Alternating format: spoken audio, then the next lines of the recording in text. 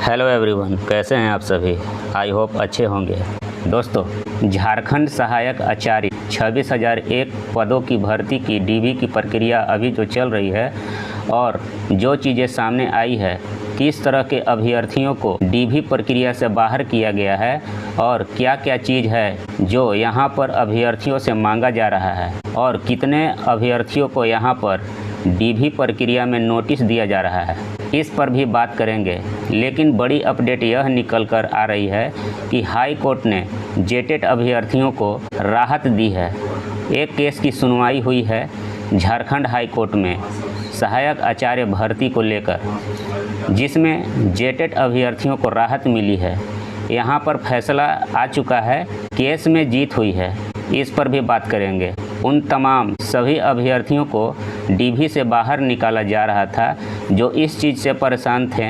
अब डीवी की समस्या नहीं होगी, इनकी डीवी की प्रक्रिया सुचारू रूप से होने वाली है। तो चलिए मैं केस डिटेल को आपको बताने वाला हूं। उससे पहले यह देख लें क्या क्या है जो डीवी में अभी कैसे अभ्यर्थियों को बाहर किया गया है और अभी डीवी में क्या चीज़ें देखी जा रही है और किस प्रकार की नोटिस दी जा रही है।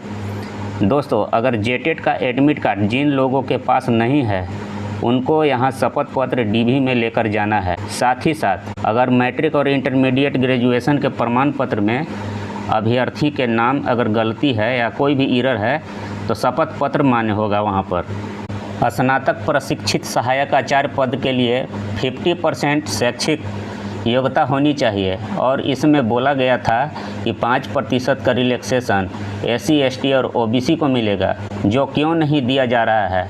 उसके पीछे का रीज़न यह है कि आपका जो सुप्रीम कोर्ट के आदेश के बाद 22 नवंबर से जो भी अमेंडमेंट हुआ है, जो कि अभी लागू नहीं किया गया है, इसलिए आपका जो 5% का रिलैक्सेशन दिया गया था वहाँ पर लागू नहीं किया जा रहा है। डीवी प्रक्रिया में यही कारण है कि आपका यहाँ पर ग्रेजुएशन में 50% मार्क्स ज़रूरी है।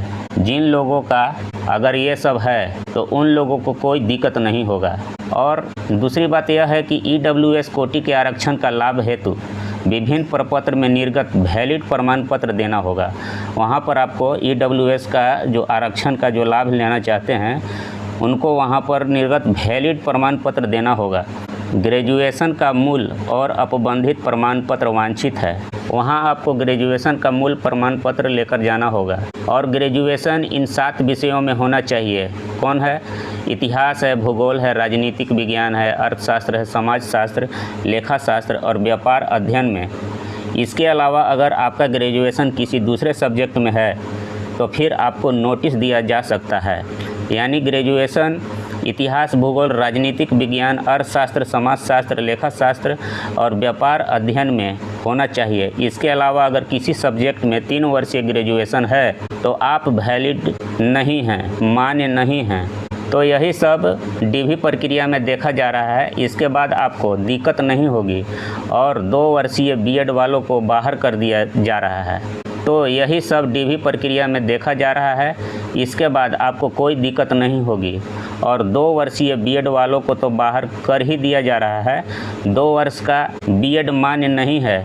जो इग्नू से बीएड किए हुए हैं वह मान्य नहीं है और जो 1 ईयर का जिनका बीएड है उनको वैलिड मान रही है। इसी प्रकार की चीज़ें सामने आ रही है डीवी प्रक्रिया में। हाल ही में हाई कोर्ट में एक याचिका दायर हुई थी जो जेटेट अभ्यर्थियों द्वारा की गई थी, जो कि ये अभ्यर्थी सीटेट और जेटेट दोनों पास थे और यह फॉर्म को अप्लाई सीटेट से कर दिए थे।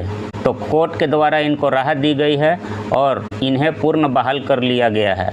तो दोस्तों, यही सब अपडेट है जो निकल कर सामने आ रही है। आप इस चैनल पर बने रहिए ऐसे ही महत्वपूर्ण वीडियो के लिए। अगर आप इस चैनल पर नए हैं तो इस चैनल को सब्सक्राइब, लाइक करें और अपने दोस्तों से इस वीडियो को शेयर करें। धन्यवाद।